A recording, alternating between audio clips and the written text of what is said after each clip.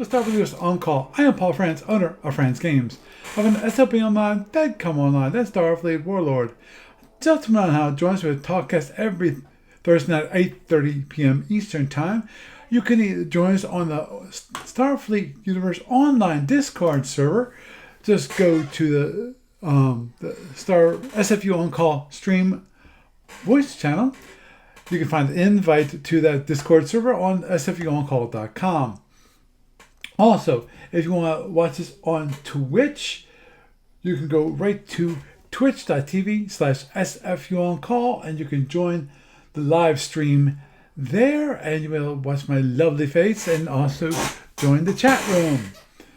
And if you need to contact me for any reason, my email address is sfuoncall@gmail.com. That's sfuoncall@gmail.com. Also, you will follow me on the Twitters, IX. That would be SFU On Call is my podcasting account. I got my personal account, which is Paul Franz, Paulfranz. There's no T in that.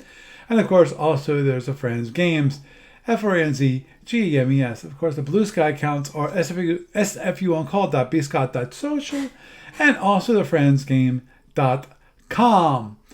And of course, lovely Talkcast. Get to the podcast available on iTunes and various other feeds around the net. Some quick news from A to B this week. When it comes to F&E Civil Wars print rulebook, done and sent to Gene. This is Steve Cole.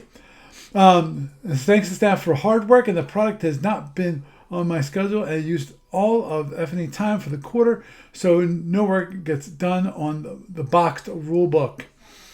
When it comes to Module K rulebook, that Steve Cole finished this a while ago, but moving it from Patrick's computer to Steve Cole's to Albert's broke all the unbreakable links, so they have to hunt down all the art. They find the file for each one of them, which is over 100 images, to redo the rulebook so it has all of the images, and then email them 11 feet down the hallway. Interesting way of doing it, but okay. When it comes to Starfleet Marines Firebase, this is the first time I've heard about this. Siegel is trying to whip up some PDF counter sheets for bases and stuff that were requested and turned them into a PDF product next week. When it comes to Starfleet models, there is an update, an unfortunate one, which is news about the international sales to the EU for Starfleet models. As of August 12th, the EU began requiring all businesses to have a personal representative and submit certification regarding packaging and recycling of each country, no matter the size of the company. This was probably just poor wording of a new law, but it is the law, and shipping companies will probably integrate enforcement soon. This plus tariffs plus VAT, the value-added tax that the Europeans have, creates a high-cost barrier for selling it into the EU. We might find distributor willing to do all of the work for us, but they need to be paid too. And our margins are not built around supporting indirect sales. Could just anyone buy from us and make mark models up and turn around and sell them into the EU? Maybe. But they would have the manufacturer compliance and tax burdens because we don't sell there. We are officially unable to offer models for sale inside the EU thanks to these issues. This does not apply to the UK or Canada, where we are getting close to offering models. Starfleet models is getting close to offering models, but EU looks out for the present time.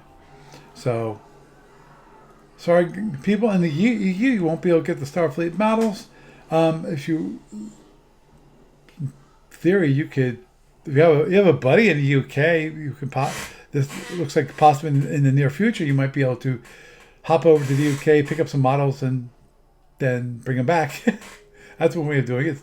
Kind of, or even maybe, hey, you never know. There might be an actual store that'd be willing to sell it in the UK, and you just go take a nice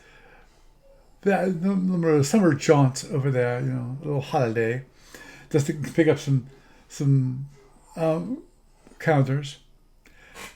This week, found in the online store is the R11 counter sheet, only $2.95. That's 108 hours from the module R11. Moving onward and forward to SFU online tournaments, Star 20 tournament still stuck. Aces of Aces, haven't heard anything. 5 and BB tournament is still going strong. I heard something a couple weeks ago, and it seems that is still holds true. And just a quick update when it comes to the World League tournament. Unfortunately, Team Frenemies is no longer in the lead with only has 31 points.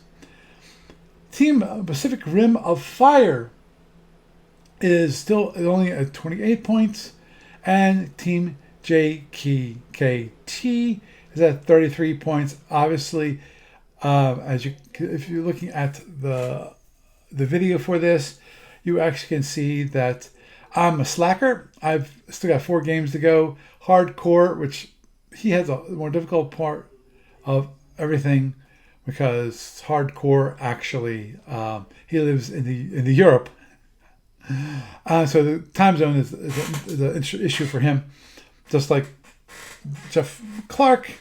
Though Jeff Clark fortunately has a job where he actually can work before the job or in between things, and he's actually okay. He lives in Japan, just to let you know. So that is the update for the World League Tournament. Moving onward and forward, nothing much happening on the online client, but when it comes to the SFU Online website, I fixed the email notifications. It took me quite a few hours to finally fix it. With the help of ChatGPT helped me a little bit to finally figure out that I was using the wrong thing, and it wasn't creating the connection correctly to the mail server. It's now working fine. So if you bought a subscription, you'll get the notification. If you are about to have your subscription lapse, it will also notify you. So now you'll actually be receiving those emails. When it comes to Starfleet Warlord, Die Hard 59 is still going on strong. So is standard game number 99 and Die Hard 60, which is all ready to turn 7, with Die Hard 59 being a turn 26. It's got four more turns to go before that game's ended, because Die Hard lasts for a total of 30 turns flat. It ends at 30 turns. Whoever's got the most points, that means that the combination of major sites, minor sites, and destroyed ships.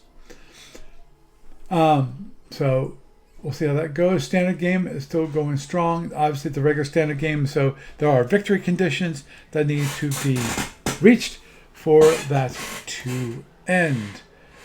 When it comes to the library report, there's not much going on there. No updates for the SFB or FedCom. Now, when it comes to conventions, this is really late notes for those of you. And that is that then the Starfleet Battles Toronto Championship, where locations in Toronto is marked by Seth Szymanski. Deal upon request. I'm assuming you have to email them. And when that's going to be starting Friday, August 21st, going through August 23rd. And that's from 9 a.m. to 7 p.m. Entry fee is $10 for a single day or $30 for the full tournament. And they'll be playing at various locations in Toronto. I'm assuming that the locations are people's houses.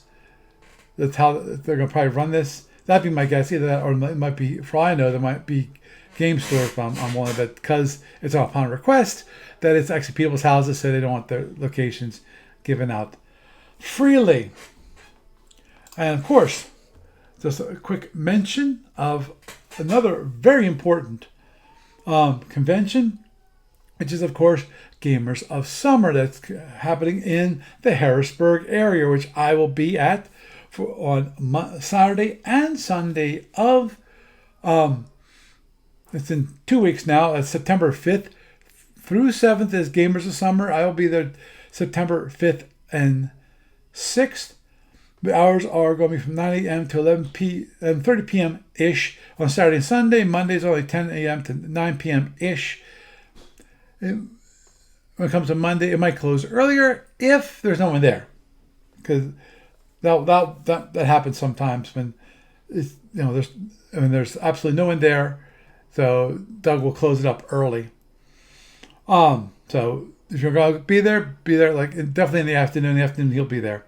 And they will be open. Just a reminder that admission at the door is $20 per adult per day. Also $15 per company child for Saturday and Sunday, and $10 for Monday. Online registration is open until the 25th.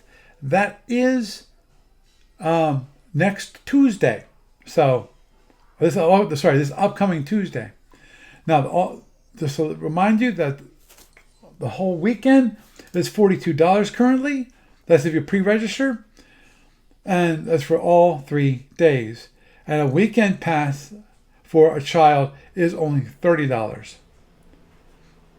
And actually, this time, the $10 for Monday badge has been added. I think Doug heard me last week mention that it didn't exist. At least I didn't see it. It might have been there. I just didn't need to scroll or something like that. So, with that is the news for this week.